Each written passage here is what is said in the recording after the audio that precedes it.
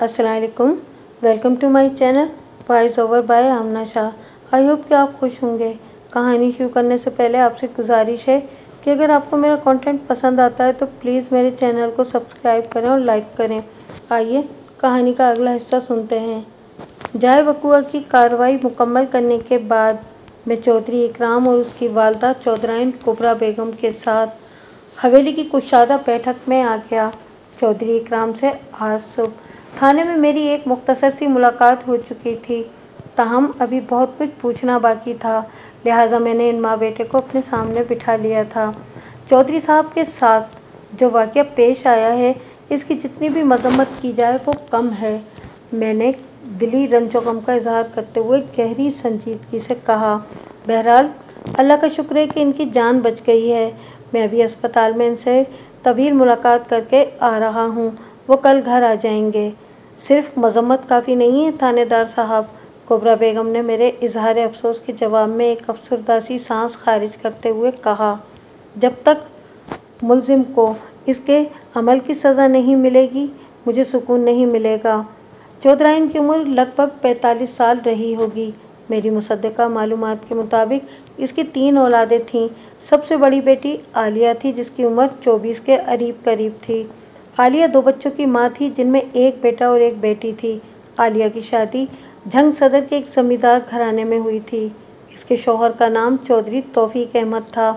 आलिया से 4 साल छोटा इकराम और इकराम से 2 साल छोटा इनाम था। चौधरी फिरोज 50 का हिंसा अबूर कर चुका था, मगर वो कुबरा के मुकाबले में उम्र रसीदा लगता था। कुबरा नानी बन चुकी थी, ताहम वो आलिया की बड़ी बहन दिखाई देती थी। चौधराइन जी, मेरी दिली ख्वाहिश भी यही है, मैंने कुबरा बेगम की आंखों में देखते हुए मजबूत लहजे में कहा। गुनाहगार को इबरतनाक सज़ा देने के लिए ज़रूरी है कि वो कानून की गिरफ्त में आ जाए, और ये आप लोगों के ताउन के बगैर मुमकिन नहीं। माँ बेटे ने सवालिया नज़रों से एक दूसरे को देखा, फिर बैक ज़बान होकर मुझसे पूछा, आप हमसे किस किस्म का ताउन चाहते हैं थानेदार साहब? मैंने निहायती मुख्तसर मगर जामे अल्फाज में इन्हें चौधरी फिरोज से होने वाली गुफ्तगू के बारे में बताया और आखिर में कहा, चौधरी साहब को शक है कि इन 3 हमला आवरों में एक मेराजुद्दीन उर्फ माजा भी था, लेकिन वो माजा से अपनी दुश्मनी की तसल्ली बख्श वजाहत नहीं कर सके।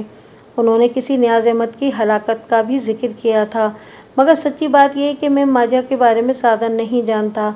ये तमाम तर मालूमात आप माँ बेटा मुझे फराहम करेंगे, लेकिन इससे भी पहले मैंने बराह रास्त चौधराइन की आंखों में झांकते हुए कहा, आपको मेरे चंद सवालात के ठीक ठीक जवाब देना होंगे। जी आप पूछें, वो ठहरे हुए लहजे में बोली। चौधरी साहब इस कमरे में अकेले कब से सो रहे थे? यह कोई 4-5 दिन से, उसने जवाब दिया, या ज़्यादा से ज़्यादा 1 हफ्ते से। चौधरी साहब ने मुझे बताया कि इस अलहदा शब बसरी का सबब आपसे होने वाली नाचाकी थी। मैंने चौधराइन के चेहरे पर निगाह जमाते हुए इस्तफसार किया। उन्होंने आपको गलत नहीं बताया थानेदार साहब, वो बड़े एतमाद से बोली। वो जब भी मुझसे खफा होते हैं तो यही करते हैं, बात बड़ी हो या छोटी, इनका यही वतीरा है। वो चंद रोज़ के लिए अलग कमरे में सोना शुरू कर देते हैं। अब की बार बात छोटी थी या बड़ी? मेरी नज़र में तो मामूली ही थी, वो सादगी से बोली। चौधरी साहब के दिल में क्या है, ये तो वही बता सकते हैं। क्या मैं इस मुतनाज़ा किस्से के बारे में कुछ जान सकता हूँ? मैंने मादिल अंदाज में कहा। अगर कोई हर्ज ना हो तो मुझे बताएं, इस मर्तबा चौधरी साहब किस बात पर आपसे नाराज़ हो गए थे? हमारे दरमियान इकराम के रिश्ते के हवाले से बात हो रही थी, वो वजाहत करते हुए बोली। मेरी ख्वाहिश है कि मैं अपनी बहन सोरा की बेटी फाखरा को बहू बनाकर इस हवेली में लाऊं, मगर चौधरी साहब मेरे बहनोई को दिल से पसंद नहीं करते, इसलिए वो इस रिश्ते के हक़ में बिल्कुल नहीं हैं। मैंने अपनी बात के हक़ में दलाइल देना शुरू किए तो बस वो गुस्से में आ गए और अगली बात सुने बगैर उन्होंने अपनी ख्वाबगाह अलग कर ली। अब आप बताएं थानेदार साहब, मैं कहाँ पर गलत हूँ? के इख्तिताम पर उसने बाल मेरी कोट में फेंक दी तो मैंने इसकी हिमायत करते हुए कहा, मैं समझता हूँ कि आप कसूरवार नहीं हैं। ऐसी ज़रा सी बातों पर ऐंठना, ऐंठना और रूठना इंतहाई नामुनासिब और गैर ज़रूरी है। यही तो मैं भी कहती हूँ, मगर मेरी बात चौधरी साहब की समझ में नहीं आती। वो एक ठंडी सांस खारिज करते हुए बोली, इस हवेली में सिर्फ और सिर्फ इन्हीं का हुक्म चलता है। जब कोई इन्हें अपनी मर्जी करने से रोक नहीं सकता तो फिर नाराजगी दिखाने की क्या तुक है? मैंने फरोई बातों से इज्तनाब बरतते हुए गहरी संजीदगी से सवाल किया। क्या हवेली में रहने वाले हर शख्स को इस बात का इल्म था कि चौधरी साहब ने इन दिनों आपसे आर्जी अलहदगी इख्तियार कायम कर रखी है और वो अलग कमरे में सोते हैं? जी बिल्कुल, सब जानते हैं, वो इस बात में गर्दन हिलाते हुए बोली। हवेली के वसनीक चौधरी साहब की इस आदत से बखूबी वाकिफ हैं, क्योंकि महीने 2 महीने में इन्हें ये तमाशा देखना पड़ता है। हमारे दरमियान संजीदा गुफ्तगू का सिलसिला जारी ही था कि एक मुलाजिम अशिया खुर्दोनोश से लदी फदी एक किंग साइज ट्रे उठाकर वहां पहुंच गया। मज़कूरा मुलाजिम ने ट्रे को सेंटर टेबल पर रखा और खामोशी के साथ ड्राइंग रूम से रुखसत हो गया। इसके बाद कुबरा बेगम के हिदायतनुमा हुक्म पर चौधरी इकराम मेरी खातिरदारी के लिए सरगर्म अमल हो गया। चौधराइन जी, इस तकल्लुफ़ की क्या ज़रूरत थी? मैंने ठहरे हुए लहजे में कहा। फिर मैं चौधरी से मुखातिब होते हुए अल्फाज में मैंने इजाफा किया। इकराम, मेरे लिए बस थोड़े से नमकीन पिस्ते निकाल दो, मैं चाय पीऊँगा और चंद दाने पिस्ते के चुग लूँगा। चौधरी इकराम ने फ़ौरन मेरी हिदायत पर अमल कर दिया। चौधराइन जी, मैंने गुफ्तगू शुनीद के टूटे हुए तसलसल को बहाल करते हुए कुबरा बेगम से इस्तफसार किया। हवेली के वसनीकों की जानकारी के बारे में तो आपने बता दिया, हवेली से बाहर जफरगढ़ में रहने वाले लोगों के बारे में आप क्या कहेंगी? क्या इन्हें भी इस राज से आगाही हासिल थी? मैं आपसे ये सवाल एक ख़ास मकसद से कर रहा हूँ। मैं दावे और यकीन के साथ तो कुछ नहीं कह सकती, वो सोच में डूबे हुए लहजे में बोली। हो सकता है कि चंद पिंड वाले भी ये बात जानते हों। इकराम, तुम्हारा क्या ख्याल है? मैंने सवालिया नज़र से छोटे चौधरी की तरफ देखा। देखें थानेदार साहब, वो पुरएतमाद लहजे में बोला, चूँकि ये अब्बा जी की बहुत पुरानी आदत है, इसलिए ऐन मुमकिन है कि कुछ लोगों को इसका इल्म हो। आपने किस खास मकसद से ये सवाल किया था? चौधराइन ने मुझसे पूछा। हवेली के अंदर रहने वाले लोग हों या हवेली से बाहर जफरगढ़ में बसने वाले अफराद, अगर इनमें से कुछ को या बहुत सौ को चौधरी साहब की इस अदाए खफगी का इल्म है तो इसमें परेशानी वाली कोई बात नहीं। मैंने बारी बारी इनके चेहरों को तकते हुए कहा। खराबी की बात यह है कि चौधरी साहब की टांग काटने वाले को ठीक ठीक पता था कि आजकल चौधरी और चौधराइन में अनबन चल रही है और चौधरी फिरोज अलग कमरे में शब बसरी करते हैं। हत्ता कि हमलावर यहाँ तक बाखबर था कि इनका शिकार किस कमरे में गहरी नींद के मज़े लूट रहा होगा, लिहाजा वो सीधा इसी कमरे में पहुँचे और अपना मज़मूम मकासद पूरा करने के बाद वापस चले गए। लम्हाती तवक्कुफ़ करके मैंने एक बोझल सांस खारिज की, फिर अपनी बात को मुकम्मल करते हुए कहा, ये काम माजे का है या किसी और का, वो हर हाल में सख्त तरीन सज़ा का मौजिब है और इस तक रसाई हासिल करने के लिए इसके मुखबिर का पकड़ा जाना बहुत ज़रूरी है। अब आप लोग मुझे बताएं कि ऐसी घटिया हरकत करने वाला कौन हो सकता है? मुझे तो कोई अंदाज़ा नहीं है, इकराम ने जवाब दिया। कुबरा बेगम ने कहा कि मैं भी इस बारे में कुछ नहीं जानती। तो जानने की कोशिश करें, मैंने एक एक लफ्ज़ पर जोर देते हुए कहा। ये बहुत ज़रूरी है। बस जिस किसी ने भी चौधरी साहब की टांग काटी है, इसे बखूबी ये इल्म था कि इन दिनों चौधरी साहब बिल्कुल अलग थलग एक कमरे में अकेले सोते हैं। अगर हम हमलावरों के मुखबिर तक रसाई हासिल करने में कामयाब हो गए तो फिर चौधरी साहब के दुश्मन को पकड़ना बहुत आसान हो जाएगा। मैंने ज़रा देर को रुककर बारी बारी इन दोनों के चेहरों के तासरात का जायज़ा लिया, फिर मादिल अंदाज में पूछा, मेरी बात आप लोगों की समझ में तो आ गई है ना? जी जी, मैं समझ गई, कुबरा ने इस बात में जवाब दिया। इकराम ने कहा, थानेदार साहब, हम आपकी हिदायत पर अमल करने की पूरी कोशिश करेंगे। ठीक हो गया, मैंने ठहरे हुए लहजे में कहा। अब आप लोग मुझे माजे के बारे में बताएं। वो तो शुरू हो गए। इस रोज़ चौधरी इकराम और इसकी वालदा चौधराइन कुबरा बेगम की ज़बानी ये मालूमात हासिल हुई कि मेराज दिन उर्फ माजे के बारे में जो मालूमात हासिल हुई उनका खुलासा कुछ इस तरह है।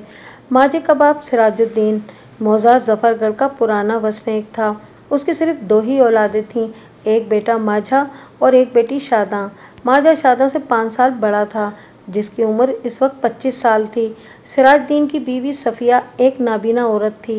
वो पैदाइशी अंधी नहीं थी। अवाइल उम्री में आंखों की एक खौफनाक बीमारी ने उसकी बिनाई छीन ली थी। सिराजुद्दीन के पास 5 एकड़ ज़रई अराजी थी। माजा अपने बाप के साथ इस ज़मीन पर खेती बाड़ी करता था, लेकिन इसके साथ ही वो आवारगी के लिए भी काफ़ी वक्त निकाल लिया करता था। माजा गांव ही की एक लड़की ताजी से मोहब्बत भी करता था। वाज़ेह रहे कि मैं इस वक्त आप लोगों की खिदमत में इकराम और कुबरा का नुक्ता नज़र पेश कर रहा हूँ। इन माँ बेटे के मुताबिक सिराजुद्दीन ने चौधरी साहब से कुछ रकम उधार ले रखी थी। हस्बे वादा वो रकम इन्हें लौटा नहीं पाया था, जिस पर चौधरी साहब ने पहले तो खफगी का इजहार किया था, फिर एक रोज़ इसे खूब डांटा डपटा। चौधरी साहब ने इस पर वाज़ेह कर दिया कि वो कुछ भी करे मगर 1 माह में इनकी रकम लौटा दे। अभी 1 माह का अरसा पूरा भी नहीं हुआ था कि खेतों में माजा की चौधरी के एक मुलाजिम नियाज अहमद से मुठभेड़ हो गई। माजा अपनी ज़मीन को पानी लगाना चाहता था और नियाज अहमद इसे ऐसा करने से रोक रहा था। नियाज अहमद का कहना यह था कि वो ये सब कुछ चौधरी साहब के हुक्म पर कर रहा है। चौधरी साहब ने कहा है कि जब तक सिराजुद्दीन इनका कर्जा वापस नहीं कर देता, इसे अपनी ज़मीन में काश्तकारी की इजाज़त नहीं। दोनों के बीच तल्ख कलामी का सिलसिला आगे बढ़ा और हर्जा सराई तक जा पहुँचा। फिर वो हज़लियात पर उतर आए। माजा ने इस वक्त हाथ में कुस्सी यानी कि फावड़ा ले रखा था। जब नियाज ने माजा की माँ और बहन को मुग़ल्लज़ात में तोलना शुरू किया तो इसकी बर्दाश्त जवाब दे गई और फिर इसका कुस्सी वाला हाथ हरकत में आ गया। उसने तेज के आलम में नियाज के सर पर कुस्सी के कई वार किए। नतीजतन नियाज किसी कटे हुए शहतीर के मानिंद ज़मीन बोस हो गया और मौके पर ही इसकी मौत वाक़या हो गई। नियाज के कत्ल के जुर्म में माजा उम्र कैद की सज़ा पाकर जेल चला गया था। ये वाक़या 2 साल पहले का था। आइंदा 2 सालों में माजा का ख़ानदान 3-13 हो गया। वो खुद तो उम्र कैद की सज़ा काटने जेल की बुलंदोबाला संगलाख दीवारों के पीछे चला गया था। इसकी अदम मौजूदगी में पहले इसके बाप की मौत हुई। इसके बाद इनके घर पर एक रात डाकुओं ने हमला किया। इस घर में लूटने के लिए कुछ भी नहीं रखा था। वो डाकू दरअसल माजा की बहन शादा को उठाने आए थे। नाबीना माँ ने मज़ाहमत की, बराए नाम कोशिश की तो डाकुओं ने उसके सीने में बर्छी उतार कर उसे मौके पर ही ठंडा कर दिया। शादा अपनी जान बचाने के लिए मकान की छत पर पहुंच गई, मगर डाकुओं ने उसका पीछा नहीं छोड़ा। शादा इन लम्हात में न पाए रफ्तन न जाए मानदन, ऐसी सूरत हाल में घिर गई थी। अपनी जान और इज्जत को बचाने के लिए इसे मौत का रास्ता ही नजर आया। बस फिर वो छत से कूद गई। मैं मजीद 10 मिनट तक हवेली में रुका, फिर इकराम और कुबरा को ज़रूरी हिदायत देकर वहाँ से चला आया। इन माँ बेटे से हासिल होने वाली मालूमात की सेहत को चेक करना ज़रूरी था, लिहाजा थाने पहुंचकर मैंने हवलदार खादिम हुसैन को अपने कमरे में बुला लिया। खादिम हुसैन एक समझदार और संजीदा तबे पुलिस एहलकार था और अपने काम का माहिर भी। खादिम हुसैन ने कमरे में आकर मुझे सलाम किया, फिर मेरे इशारे पर वो मेज़ की दूसरी जानिब रखी कुर्सी पर बैठ गया। इसके बाद सवालिया नज़र से मुझे तकने लगा। खादिम हुसैन, मैंने उसकी आंखों में देखते हुए गुफ्तगू का आगाज़ किया। चौधरी फिरोज़ को पेश आने वाले वाक़े के हवाले से मुझे एक इशारा मिला है, मैं चाहता हूँ तुम इस पर रोशनी डालो। आप हुक्म करें मलिक साहब, वो हमतन गोश होते हुए बोला। मैं हाजिर हूँ जनाब। चौधरी को ये शक है कि इन हमला आवरों में एक माजा भी था। मैंने कहा, वही माजा जो कुछ अर्सा पहले जेल से अस्पताल ले जाते हुए रास्ते में फ़रार हो गया था। मेरा मतलब है माजा के हिमायती इसे पुलिस की तहवीर से छुड़ा ले गए थे और आजकल माजा अपने इन्हीं हिमायती डाकुओं के गिरोह का हिस्सा है। खादिम हुसैन ने पूरी तवज्जो से मेरी बात सुनी और मेरे खामोश होने पर ठहरे हुए लहजे में बोला, आप बिल्कुल ठीक कह रहे हैं मलिक साहब। 6 माह पहले माजा पुलिस की तहवीर से फ़रार हो गया था। इसे ढूंढने की बहुत कोशिश की गई, लेकिन ऐसी कोई भी कोशिश कामयाबी से हमकिनार नहीं हो सकी। इस इलाके में कई मील तक घना जंगल फैला हुआ है जो डाकुओं के लिए एक महफूज पनाहगाह की हैसियत का हामिल है। वो लोग कानून की निगाह से बचने के लिए जंगल के अंदरूनी हिस्से में बाआसानी मस्तूर हो जाते हैं। बाकी जहाँ तक माजे का मामला है तो लम्हाती तवक्कुफ करके उसने गहरी सांस खारिज की, फिर अपनी बात मुकम्मल करते हुए बोला, ये तो सुनने में आता है कि फरार होने के बाद माजे ने डाकुओं के गिरोह में शमूलियत इख्तियार कर ली थी, लेकिन अभी तक उसका कोई ठोस सबूत सामने नहीं आया। आज मैं पहली बार आपकी ज़ुबान से सुन रहा हूँ। ये मेरी नहीं बल्कि चौधरी फिरोज़ की ज़बान के अल्फाज हैं, मैंने कहा, और इसने माजे की इस बेईमाना انتقامی کارروائی کا ایک سبب یہ بھی بتایا ہے۔ کیا کہتا ہے چودھری فیروز؟ حوالدار نے پوچھا۔ میں نے چودھری کے خیالات کو حوالدار تک پہنچانے کے بعد کہا، خادم حسین، میں ابھی حویلی میں چودھری فیروز کے بڑے بیٹے اور چودھرائن سے ایک تفصیلی ملاقات کر کے آ رہا ہوں، اور انہوں نے مجھے ماجھے کی جو کہانی سنائی ہے وہ چودھری کی سوچ کی عکاسی کرتی ہے، لیکن میں آنکھیں بند کر کے اس کہانی پر یقین نہیں کر سکتا۔ تمہیں یہاں بلانے کا مقصد یہی ہے کہ میں حقیقت جاننا چاہتا ہوں۔ تم پچھلے 12 سال سے اس تھانے میں ہو۔ سابق تھانہ انچارج فیض محمد صاحب کا زمانہ تم نے اچھی طرح دیکھ رکھا ہے۔ ماجھا 2 سال پہلے عدالت سے عمر قید کی سزا پا کر جیل گیا تھا، نیاز احمد کے قتل کے الزام میں۔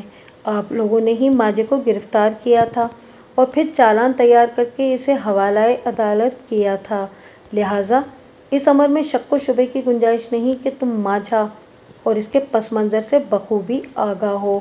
ملک صاحب، وہ ٹھہرے ہوئے لہجے میں بولا، پہلے آپ مجھے یہ بتائیں کہ چودھری اکرام اور اس کی ماں نے آپ کو ماجھے کی کون سی کہانی سنائی ہے؟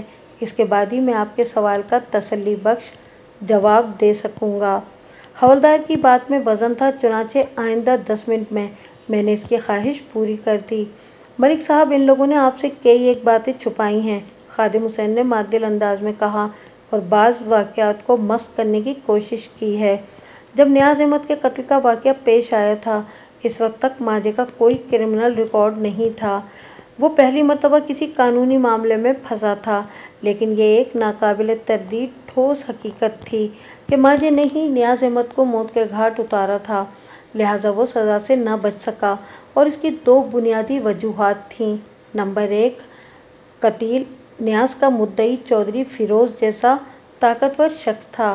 نمبر 2، ماجھے نے اپنے بیان حلفی میں اقبال جرم کر لیا تھا۔ وہ سانس ہموار کرنے کی غرض سے تھما، پھر سلسلہ کلام کو آگے بڑھاتے ہوئے بولا، ماجھا تھانے سے عدالت اور عدالت سے جیل چلا گیا تھا۔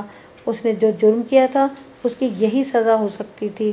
فیض محمد صاحب نے ماجھے کے حوالے سے اپنے طور پر بھی بہت کام کیا تھا، جس میں بہت سی باتیں ماجھے کی فائل کا حصہ نہیں بن سکیں۔ میں یقین سے نہیں کہہ سکتا کہ سابق انچارج صاحب نے دانستہ ایسا کیا تھا یا پھر چودھری فیروز نے کسی قسم کا دباؤ ڈال کر فیض صاحب سے یہ سب کروایا تھا۔ بہرحال اثناء تجویز جو اہم باتیں سامنے آئیں وہ میرے ذہن میں محفوظ ہیں۔ اس دوران میں بہت ساری کہانی آپ کو سنائی جانے والی کہانی سے لگ کر نہیں کھاتی۔ زبردست خادم حسین، میں نے ستائشی نظر سے اس کی طرف دیکھا، پھر سرسراتی ہوئی آواز میں کہا، میں وہی حقائق تمہاری زبان سے سننا چاہتا ہوں۔ ان دونوں ماں بیٹوں نے بڑی ہوشیاری اور چالاکی سے کام لیا ہے، حوالدار نے گہری سنجیدگی سے کہا۔ یہ سچ ہے کہ نیاز احمد کو ماجھے ہی نے قتل کیا تھا، لیکن یہ بات درست نہیں کہ ان کے درمیان زمین کو پانی لگانے کے معاملے پر 3-5 ہوئی تھی۔ حقیقت یہ ہے کہ نیاز احمد نے ماجھے کی بہن کے حوالے سے انتہائی رقیق اور نازیبا الفاظ ادا کیے تھے۔ ماجھا شادہ کے بارے میں نیاز احمد کی بکواس کو برداشت نہ کر سکا اور شدید غصے کے عالم میں اس کا کسی بردار ہاتھ حرکت میں آ گیا تھا۔ نتیجے کے طور پر نیاز کو اپنی زندگی سے ہاتھ دھونا پڑے۔ اس کے علاوہ وہ لمحہ بھر کے لیے رکا، پھر اپنی بات جاری رکھتے ہوئے انکشاف انگیز لہجے میں بولا، یہ بھی درست ہے کہ ماجھے کے باپ سراج الدین نے اپنی زرعی مسائل کو حل کرنے کے لیے چودھری فیروز سے 800 روپے ادھار لیے تھے، لیکن باوجود کوشش کے بھی وہ چودھری کا قرض چکا نہ سکا۔ اس کا بنیادی سبب یہ تھا کہ قرض کی اس رقم نے بچے دینا شروع کر دیے تھے، اور وہ بھی انتہائی تیز رفتاری کے ساتھ، چنانچہ محض 3 سال میں وہ 800 روپے 5000 روپے کا روپ دھار چکے تھے۔ اتنی بھاری رقم کی ادائیگی سراج الدین کے بس میں نہیں تھی، لہٰذا وہ آئے روز چودھری کے ہاتھوں اپنی بے عزتی کرواتا رہتا تھا۔ 1 منٹ خادم حسین، میں نے قطع کلامی کرتے ہوئے کہا، تمہاری بات سے میں یہ سمجھا ہوں کہ چودھری فیروز ضرورت مند افراد کو سود پر قرض دیتا ہے، میرا اندازہ غلط تو نہیں ہے؟ نہیں ملک صاحب، وہ نفی میں گردن ہلاتے ہوئے بولا، آپ بالکل ٹھیک سمجھے ہیں۔ لوگ اپنی کسی مجبوری سے نمٹنے کے لیے گھر یا زمین کے کاغذات چودھری فیروز کے پاس رکھوا کر قرض لے لیتے ہیں۔ ایسے خوش نصیب بہت ہی کم دیکھنے میں آئے ہیں جو چودھری کا ادھار اتارنے میں کامیاب ہوئے ہوں، کیونکہ ब्याज की रकम इतनी तेजी से बढ़ती है कि कर्जदार के होश उड़ जाते हैं और इंतहाई बेबसी के आलम में इसे अपना घर बार जमीन चौधरी फिरोज के नाम लिखवाना पड़ती है।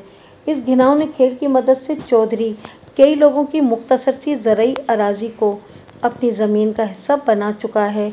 जिस सुबह सिराजुद्दीन अपने घर में मुर्दा पाया गया, इससे पिछले रोज़ चौधरी फिरोज ने इसे अपनी हवेली में बुलाकर न सिर्फ बुरी तरह जलील किया था, बल्कि इसकी 5 एकड़ ज़मीन भी अपने नाम लिख ली थी। पटवारी, नंबरदार और गर्ज हर मुतल्लिका शख्स के साथ ही चौधरी फिरोज ने बनाकर रखी हुई है, इसलिए कभी इसका कोई काम रुका नहीं। सिराजुद्दीन का जवान जहान इकलौता बेटा उम्र कैद की सज़ा पाकर जेल जा चुका था। रोजी रोटी का वाहिद जरिया वो 5 एकड़ ज़रई अराजी भी उसके हाथ से निकलकर चौधरी फिरोज की मिल्कियत का हिस्सा बन चुकी थी। इन हालात में सिराज को दिल का दौरा न पड़ता तो और क्या होता मलिक साहब? हवलदार ने लम्हाती तवक्कुफ करके सवालिया नज़र से मुझे देखा। मैंने इसके सवाल का जवाब देने के बजाय पूछा, क्या कभी किसी ने थाने आकर चौधरी फिरोज के इस जुल्म और ज्यादती के खिलाफ रिपोर्ट दर्ज नहीं कराई? इतनी जुर्रत भला कौन करेगा मलिक साहब? वो मायनाखीज लहजे में बोला। बेबस और लाचार देहाती चौधरी फिरोज के खिलाफ हरगिज हरगिज जबान नहीं खोल सकते। मेरी आप जफरगढ़ के वसनीकों को वो वाले इंसान न समझें जो जाबिर हुक्मरान के सामने कलमा हक कहने का हौसला रखते हों। खादिम हुसैन की आवाज़ में एक ख़ास नोयत का दर्द महसूस करके मैं सोच में पड़ गया। वो अपने दिल में मजलूम के लिए हमदर्दी और जालिम के लिए बेपनाह ग़ैज़ व ग़ज़ब रखता था। इसीलिए वो बड़े पुरतासीर अंदाज में एक के बाद एक हकीकत से पर्दा उठा रहा था। मैंने इसकी दिली और दिमागी कैफियत के पेश नज़र ठहरे हुए लहजे में कहा, खादिम हुसैन, मैं तुम्हारी तकलीफ़ को अच्छी तरह समझ रहा हूँ। तुम फिक्र न करो, मैं तुम्हारे जज्बात की फस्त खुलवाने का बड़ा ही ज़बरदस्त बंदोबस्त करूँगा। और ये बात जहन में रखना कि मेरा कोई भी निश्तर खट्टल नहीं जाएगा। तुम देखोगे हम इस इलाके के गोरखरों को किस तरह दौड़ा दौड़ा कर मारेंगे। मैंने ढके छुपे अल्फाज में उसके दिल की बात कह दी थी। वो इस्तरारी लहजे में बोला, मलिक साहब, मेरे अंदर से ये आवाज़ आती है कि मैं आपसे इस किस्म की उम्मीद रख सकता हूँ। आप बड़े वक्री टाइप के थानेदार हैं और तुम भी कोई रवायती हवलदार नहीं हो खादिम हुसैन। मैंने उसकी आंखों में आंखें डालकर तौसीफी अंदाज में कहा, मुझे तवक्को है कि तुम्हारे साथ मेरी खूब निभेगी। अब ज़रा मुझे तुम माजी की बहन शादा की मौत के बारे में बताओ। ये ठीक है कि शादा ने छत से कूदकर खुदकुशी कर ली थी, मगर डाकुओं वाली कहानी दुरुस्त नहीं है। वो पुरसोच अंदाज में बोला, दरअसल छोटे चौधरी इनाम की शादा पर बुरी नज़र थी। माजा जेल चला गया और सिराजुद्दीन भी इस दुनिया से रुखसत हो गया था। शादा की माँ सफ़िया बीबी की आंखें बेनूर थीं। मतलब ये कि शादा की इज्जत की हिफाजत करने वाला कोई नहीं रहा था, लिहाजा इसने घर से निकलना छोड़ दिया था। शादा के इस अमल ने चौधरी इनाम की बेगैरती बरदार जिद को हवा दी और इसने शादा को उठवाने का मंसूबा बना लिया। इस रात जो डाकू शादा के घर पर हमला आवर हुए, वो चौधरी इनाम के भेजे हुए बंदे थे। नाबीना सफ़िया ने अपनी बेटी को बचाने की जो लूली रंगली कोशिश की, इसके नतीजे में वो अपनी ज़िंदगी की बाजी हार गई। शादा ने अपनी आंखों के सामने माँ को मौत के मुंह में जाते देख लिया था, इसलिए इसने फरार होने के लिए छत की राह ली थी। इसे अच्छी तरह अंदाज़ा हो गया था कि वो लोग इसे किसी भी कीमत पर छोड़ेंगे नहीं, लिहाजा जब इसे अपनी बचाव का कोई रास्ता दिखाई न दिया तो उसने जान गंवाकर अपनी इज्जत बचा ली। वो मासूम लड़की चौधरी इनाम के जबर की भेंट चढ़ गई थी। बात के इख्तिताम पर खादिम हुसैन उदास भरी नज़रों से मुझे तकने लगा। मैंने एक बोझल सांस खारिज करते हुए कहा, मतलब ये कि हमा खाना कमीन अस्त। वो इस्पात में गर्दन हिलाकर रह गया। खादिम हुसैन, मैंने गहरी संजीदगी से कहा, जब तुम्हें चौधरी ख़ानदान के काले करतूतों की जानकारी है तो मैं मान नहीं सकता कि साबिक थाना इंचार्ज इन तुच्छ हक़ाइक़ से आगाह न हो। फैज़ साहब ये सारी बातें जानते थे, हवलदार ने कहा। फिर उन्होंने चौधरी फिरोज और उसके खच्चर उल अखचार फर्जंद सग़ीर चौधरी इनाम के खिलाफ कोई कार्रवाई क्यों नहीं की? मैंने खफगी आमेज लहजे में इस्तफसार किया। मैं समझता हूँ कि इसके 2 असबाब थे, उसने कहा। एक तो इन सारी बातों का पता शादा की मौत के काफ़ी अरसे बाद चला था اور دوسرے۔ خادم حسین ہچکچاہٹ بھرے انداز میں بولتے بولتے رکا تو میں نے پاٹدار آواز میں دریافت کیا کہ دوسرا سبب کیا تھا۔ میں نے یہ محسوس کیا تھا کہ فیض صاحب اپنے دل میں چودھری فیروز کے لیے نرم گوشہ رکھتے تھے۔ حوالدار نے بتایا وہ اکثر چودھری صاحب سے ملنے حویلی بھی جایا کرتے تھے۔ میں سمجھ گیا خادم حسین، میں نے سوچ میں ڈوبے ہوئے لہجے میں کہا۔ حوالدار نے بتایا وہ چودھری صاحب سے ملنے کے لیے حویلی بھی اکثر جایا کرتے تھے۔ میں سمجھ گیا خادم حسین، میں نے سوچ میں ڈوبے ہوئے لہجے میں کہا۔ جب قانون کے محافظ مجرموں کے کالے کرتوتوں پر پردہ ڈالنے کا کام سنبھال لیں تو پھر معاشرے میں اسی نوعیت کے ظالمانہ واقعات رونما ہونے لگتے ہیں۔ لیکن میں فیض محمد نہیں، ملک صفدر حیات ہوں۔ مجرموں کے لیے میرے دل و دماغ میں رتی بھر بھی گنجائش نہیں ہے۔ میری بات سمجھ میں آ رہی ہے نا؟ چنگی طرح سمجھ گیا ملک صاحب، وہ بڑے عزم سے بولا۔ اس نیک کام میں آپ قدم قدم پر مجھے اپنے ساتھ پائیں گے۔ دیکھو غلام حسین، میں نے گمبھیر انداز میں کہا، جو گزر گیا سو گزر گیا۔ آئندہ کے لیے ہمیں اپنی آنکھیں اور کان کھلے رکھنا ہوں گے۔ پچھلی رات چودھری فیروز کے ساتھ جو واقعہ پیش آیا ہے، اس کی تفتیش کے دوران میں بہت ساری ایسی نئی چیزیں کھل کر سامنے آئیں گی جن کے ڈانڈے ماضی سے جا کر ملتے ہوں گے، لہٰذا ہمیں گڑھے مردے اکھاڑنے کا بھی خاطر خواہ موقع ملے گا۔ اگر ماجے کے حوالے سے چودھری فیروز کا شک درست ہے تو پھر یہ بھی طے ہے کہ ماجے کو جیل میں سراج الدین، صفیہ اور شادہ کی المناک اموات کی خبریں ملی ہوں گی، اسی لیے اس نے چودھری فیروز کو اپنے انتقام کا نشانہ بنایا ہے۔ اس نے چودھری کو موت کے گھاٹ نہیں اتارا بلکہ نمونہ عبرت بنا کر چھوڑ دیا ہے۔ میری نظر میں ماجے کا اگلا شکار چودھری انعام ہو سکتا ہے۔ تمہارا کیا خیال ہے خادم حسین؟ میں آپ سے اتفاق کرتا ہوں ملک صاحب، وہ اس بات میں سر ہلاتے ہوئے بولا۔ اس سنگین حقیقت کا اندازہ چودھری فیروز کو بھی ہوگا۔ چودھری فیروز کے اندازوں کی ہمیں فکر نہیں کرنی چاہیے، میں نے دو ٹوک الفاظ میں کہا۔ وہ جو سوچتا ہے سوچتا رہے، ہمیں پہلی فرصت میں بندے کو گرفت میں لینا ہے جو گزشتہ رات ڈاکو کے بھیس میں ایک قصاب کا کردار ادا کرتے ہوئے چودھری فیروز کی بائیں ٹانگ کاٹ کر اسے اپنے ساتھ لے گیا ہے۔ اور اگر، میں نے لمحاتی توقف کر کے ایک بوجھل سانس خارج کی پھر اپنی بات مکمل کرتے ہوئے کہا، اور اگر اس بہیمانہ کارروائی میں ماجہ ہی ملوث ہے تو ہمیں جلد از جلد اس کے مخبر کا سراغ لگانا ہوگا۔ اگر وہ نامعلوم مخبر ہمارے ہاتھ لگ گیا تو پھر ماجے کو چھاپنا بہت آسان ہو جائے گا۔ آپ بالکل ٹھیک کہہ رہے ہیں ملک صاحب، خادم حسین نے گردن کو تائیدی جنبش دیتے ہوئے کہا۔ کل صبح چودھری فیروز اسپتال سے حویلی آ جائے گا اور چودھری انعام اپنے باپ کے ساتھ سائے کی طرح لگا ہوا ہے۔ اگر ہم دو سادہ لباس اہلکاروں کو حویلی کی خفیہ نگرانی پر مامور کر دیں تو ہمیں اہم معلومات حاصل ہو سکتی ہیں۔ اچھا آئیڈیا ہے، میں نے سراہنے والے انداز میں کہا۔ تم کل صبح ہی دو ہوشیار قسم کے سادہ لباس والے پولیس اہلکاروں کو ضروری ہدایات کے ساتھ ظفر گڑھ روانہ کر دینا، بات کی بعد میں دیکھی جائے گی۔ جی ٹھیک ہے، وہ فرما برداری سے بولا۔ میں ماجے کے کیس کے حوالے سے اہم کاغذات کو آج اپنے ساتھ کوارٹر پر لے جاؤں گا تاکہ رات میں باریک بینی اور توجہ کے ساتھ میں ان کا مطالعہ کر سکوں۔ ہو سکتا ہے کہ 2 سال پرانے اس کیس کی فائل میں مجھے کام کی کوئی چیز مل جائے۔ آپ نے بالکل درست فیصلہ کیا ہے ملک صاحب، خادم حسین نے عقیدت بھرے انداز میں کہا۔ اس رات میں کافی دیر تک نیاز مرڈر کیس والی فائل کے ساتھ سر کھپاتا رہا، لیکن مجھے کہیں بھی کوئی ایسا پوائنٹ نہیں ملا جو ماجے کی موافقت اور چودھری فیروز کی مخالفت میں جاتا ہو۔ یہ رپورٹ چونکہ سابقہ تھانہ انچارج فیض محمد نے تیار کی تھی، لہٰذا یہی ہونا تھا جو نظر آ رہا تھا۔ فیض صاحب تو چودھری فیروز کے ہم جلیس ہونے کا اعزاز رکھتے تھے، پھر وہ چودھری اور اس کے خاندان کے کسی فرد کے خلاف کوئی تحدیدی یا تعزیری کارروائی کیسے کر سکتے تھے؟